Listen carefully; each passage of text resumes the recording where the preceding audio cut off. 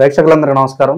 ప్రస్తుతం మన స్టూడియోలో ప్రముఖ ఆధ్యాత్మికవేత్త, వేదిక్ ఆస్ట్రాలజర్ గోనుగొంట్ల సురేష్ బాబు గారు ఉన్నారు. గురుగారితో మాట్లాడేద్దాం. నమస్కారం గురుగారు. మణికంఠ గారు నమస్కారం అండి. గురుగారు, ఏప్రిల్ మాసంలో సింహరాశి వారికి ఎలాంటి ఫలితాలు ఉంటాయి? సో మణికంఠ గారు, మన అదృష్టం ఏమంటే ఏప్రిల్ మంత్లో 3 పెద్ద పండుగలు ఉన్నాయండి. ఒకటి శ్రీరామనవమి, హనుమత్ జయంతి, అక్షయ తృతీయ. ఎవరైనా గనక ఈ 3 ప్రాబ్లమ్స్ ఎక్కువ ఉంటాయి, నాకు నాయకత్వ లక్షణాలు కావాలి, ఉన్నతంగా ఎదగాలి, కీర్తి ప్రతిష్టలు కావాలనుకున్నవాళ్ళు శ్రీరామచంద్రమూర్తి, పెళ్లి కావాలనుకున్న వాళ్ళు శ్రీరామనవమి, వైవాహిక జీవితం బాగుండాలనుకున్నవాడు శ్రీరామనవమి మనకి న్యాచురల్గా మనకి రెమెడీస్ ఏది చేసిన. రెండోది మనకి యక్షరాక్షస పీడలు, శని బాధలు పోవాలంటే హనుమంతుడికి సంబంధించిన జయంతులు పార్టిసిపేట్ చేయటం ఒక బెస్ట్ రెమెడీ టూల్ మనకి. ఇంకొకటి మనకి ధన ప్రవాహం ఆగిపోయింది, ధనం రావటం లేదు, ఎంత సంపాదించినా మన దగ్గర ఉండటం లేదు. ఇలాంటి వాటికి మనకి అక్షయ తృతీయ పండుగ, అమ్మవారికి సంబంధించిన విశేషంగా అమ్మవారి పూజలు ఇవన్నీ చేసుకోవాలి. ఇవి చేయని వాళ్ళు ఏం చేయాలి? హోమాలు, యజ్ఞాలు, తర్పణాలు తెలిసిన వాళ్ళ చేత చేయించుకోవాలి. ఇవన్నీ చేయించుకుంటే ఇవి 3 ముఖ్యమైన పండుగలు ఇందులో ఉండటం వల్ల, అందులోనూ మనకి ఈ మాసంలో ఏప్రిల్ మంత్లో ఎలా ఉందో చూద్దాం. ఇది మనకి చైత్ర మాసం, చైత్ర వైశాఖ జ్యేష్ఠ ఆషాఢం తర్వాత వస్తూ ఉంటాయి కాబట్టి చైత్ర మాసం, వైశాఖ మాసం ఇవి పుణ్యమాసాలు, పెళ్ళిళ్ళు, తర్వాత వ్రతాలు, హోమలు, విగ్రహ ప్రతిష్టలు, ఇవన్నీ మనకి ఎక్కువగా బాగా జరుగుతూ ఉంటాయి అన్నమాట ఈ 2 నెలల్లో.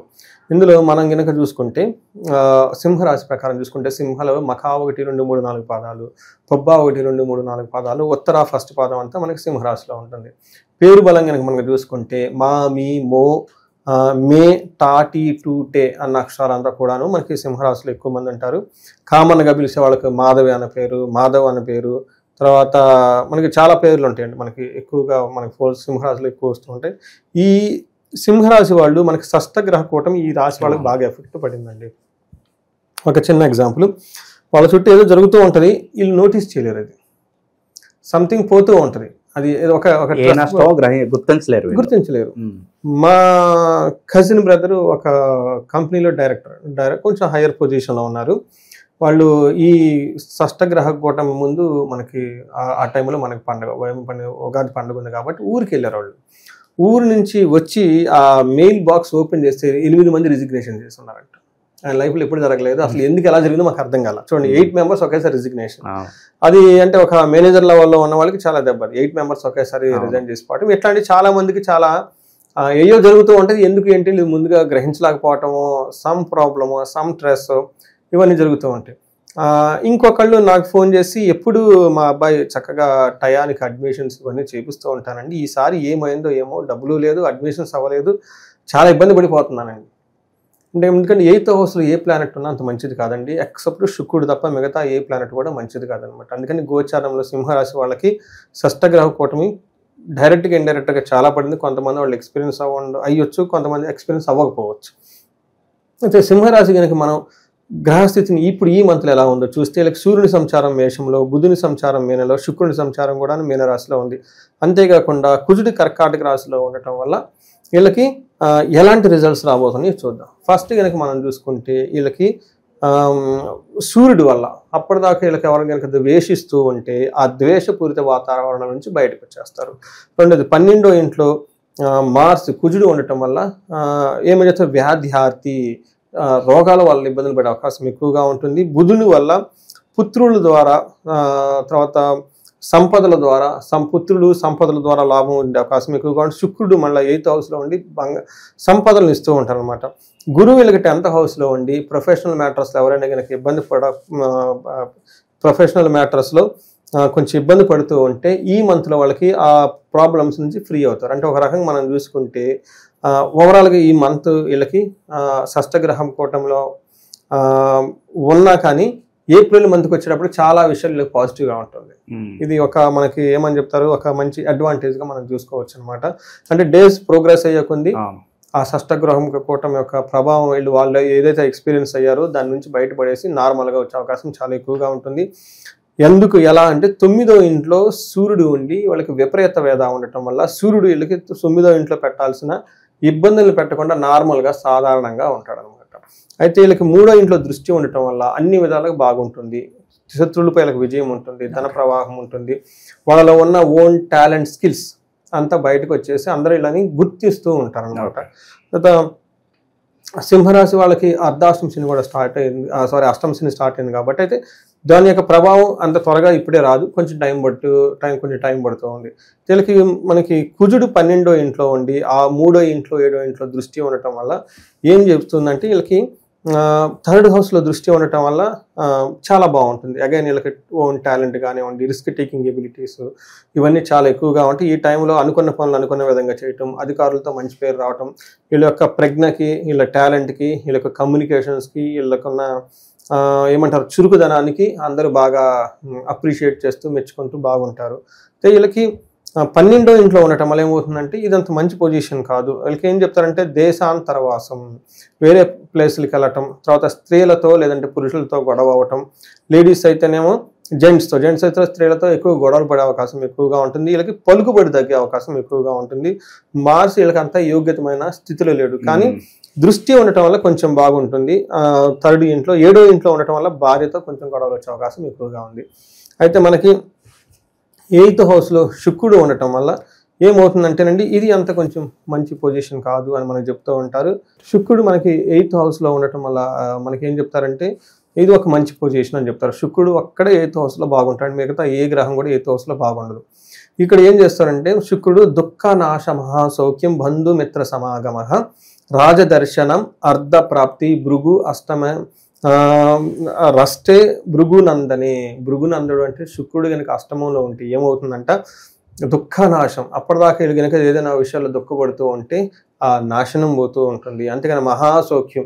ఈ షష్టగ్రహ కూటమిలో శుక్రుడు ఒక్కడే వీళ్ళకి బాగా మంచి చేసే గ్రహం.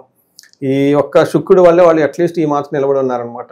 ఇక్కడ సౌఖ్యంగా ఉంటారు, బంధుమిత్రులతో బాగా కలిసి ఉంటారు. రాజదర్శనం అర్ధప్రాప్తి. ఈ టైంలో ఇలా హైఫై అధికారులను కలవటం, గవర్నమెంట్ ఆఫీసులను కలవటం, ఏదైనా రాజకీయ నాయకులు కలవటం, ఇలాంటి వాళ్ళని కలవటం, అర్ధప్రాప్తి ధనం కూడా వస్తుంది అంటే వీళ్ళకి.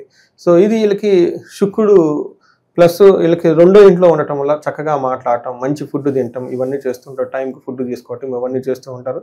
ఒక రకంగా చూసుకుంటే ఈ సింహరాశి వాళ్ళకి శుక్రుడు బాగున్నాడు, తర్వాత సూర్యుడు కూడా చాలా బాగున్నాడు, కుజుడు మిక్స్డ్గా ఉన్నాడు అని మనం చెప్పుకోవాలి. ఓవరాల్గా ఒక 70% బాగుంది, బ్యాలెన్స్డ్ అంటే అబోవ్ యావరేజ్గా బాగుంది అని మనం చెప్పుకోవచ్చండి. గురుగారు, విద్యార్థుల పరిస్థితి ఏంటి? విదేశీ ప్రయత్నాలు చేసుకోవచ్చు అంటారా? సక్సెస్ రేట్ అంతవరకు ఉంటుంది? విదేశాలు ఎవరైనా వెళ్ళాలనుకుంటే వీళ్ళకి అవకాశం ఎక్కువగా ఉంది. ఎందుకంటే దూరదేశ ప్రయాణము, తర్వాత విదేశాల్లో ఉండే అవకాశానికి కుజుడు 12వ ఇంట్లో వల్ల విపరీతంగా కలిసి వచ్చే అవకాశం ఎక్కువగా ఉంది. ఎవరైనా ఉంటే కనుక ప్రయత్నం చేయొచ్చు. ఇక నిరుద్యోగుల పరిస్థితి గురుగారు, ఉద్యోగం రావడానికి ఎంతకాలం పట్టవచ్చు? ఈ మంత్ యాక్చువల్గా వీళ్ళకి ఉద్యోగంలో అంత షైనీగా ఉండరండి ఈ సింహరాశి వాళ్ళు ఇప్పటిదాకా, ఎందుకంటే వాళ్ళకి అక్కడ 10వ ఇంట్లో గురువు ఉండటం వల్ల. బట్ ఈ మంత్ వీళ్ళకి పాజిటివ్గా ఉంటుంది. ఓకే. ఇక భూమికి సంబంధించిన వ్యవహారాలు, ఏదో ఒక స్థలం కొనడం కావచ్చు, ఒక ప్లాట్ కొనడం కావచ్చు, ఇవన్నీ లాభదాయకమే అంటారా? వీళ్ళకి కుజుడు 12వ ఇంట్లో ఉండటం వల్ల కుజుడు భూమికి కారకుడు అనమాట. ఇది అంత అనుకూలంగా ఉండదు అని మనం తెలుసుకోవాలండి. ఇది అంత ఎక్కువగా కొనడానికి వాటన్నిటికి సంబంధించిన విషయాలు ధనమైన ప్రవాహం ఉంటుంది, కానీ భూమికి సంబంధించిన వ్యవహారాలు అంత పాజిటివ్గా అనుకూలంగా ఉండదు. ఇక కంపెనీలు మారుతూ ఉంటారు గురుగారు, స్థానచలనం అనేది పాజిటివ్ రిజల్ట్స్ నెగిటివ్ అవుతుంది అంటారా ఈ మంత్? వీళ్ళకి స్థానచలనం అయితే ఖచ్చితంగా చూపిస్తూ ఉంది. అగైన్ వాళ్ళు ఉన్న పరిస్థితిని బట్టి, వాళ్ళకున్న యాంబిషన్ అంటారు కదండి, దాన్ని బట్టి కొంతమందికి ఇది పాజిటివ్గా ఉంటుంది, కొంతమంది నెగిటివ్గా ఉంటుంది. బట్ ఏదన్నా కానీ స్థానచలనం అయితే చూపిస్తుంది. ఇక ఈ రాశిలో ఏ నక్షత్రాల వాళ్ళకి ఎలా ఉండబోతుంది? నక్షత్రం ప్రకారం మనం చూసుకుంటే వీళ్ళకి మఖ, పుబ్బ, ఉత్తర నక్షత్రాలు ఇందులో ఉంటాయి. మఖా నక్షత్రం వాళ్ళకి రాజ్య లాభము, ఇందాక కూడా చెప్పుకున్నాం మీరు అడిగారు ఎలా ఉంటుంది అని. ప్రొఫెషన్లో కొంచెం ఇబ్బంది ఉన్న గురువు వల్ల, బట్ గురువుకి వేదాగా ఉండటం వల్ల బుధుడు కూడా వీళ్ళకి అనుకూలంగా వచ్చేటప్పుడు రాజ్యలాభం చూపిస్తూ ఉంటుంది. క్షేమంగా ఉంటారు. ఫారిన్, ఇందాక మీరు ఫారిన్ వెళ్ళాలి కనుక ఇవన్నీ ఈ గ్రహాలన్నీ వీళ్ళకి బాగా సపోర్ట్ ఇస్తూ ఉంటాయి. ఓవరాల్ కనుక చూసుకుంటే వీళ్ళకి ఫస్ట్ 2 వీక్స్ హెల్త్ కాంప్లికేషన్స్ ఉంటుంది, తర్వాత ఏమో ఫైనాన్షియల్ క్రైసిస్లో పడతారు. ఈ 2 తప్ప మిగతా అన్ని విషయాలకి చాలా పాజిటివ్గా ఉంది. మఖా నక్షత్రం వాళ్ళకి, పూర్వ పాల్గొనే నక్షత్రం వాళ్ళకి రాజ్యలాభం ముందు ఉంటుంది, క్షేమంగా ఉంటుంది, ప్లస్ హెల్త్ విషయంలో కొంచెం జాగ్రత్తగా ఉండాలి. వీళ్ళకి ఏమవుతుందంటేనండి దరిద్రము, ఫైనాన్షియల్ క్రైసిస్ కూడా వచ్చే అవకాశం ఎక్కువగా ఉంటుంది. ఉత్తర పాల్గొనే నక్షత్రం వాళ్ళకి దరిద్రము, తర్వాత రోగము ఉంటుంది. అయితే వీళ్ళకి క్షేమంగా ఉంటారు, రాజ్యలాభం కూడా చూపిస్తూ ఉంటుంది. ఇవి కాకుండా వీళ్ళు ఉత్తర పాల్గొనే నక్షత్రం వాళ్ళకి, పూర్వ పాల్గొనే నక్షత్రం వాళ్ళకి గాయాలు అయ్యే అవకాశం ఎక్కువగా ఉంటుంది. గురువు వల్ల వీళ్ళకి వేదం ఉండటంతో పశునాశనం ధననాశనం అయ్యే అవకాశం ఎక్కువగా ఉంది.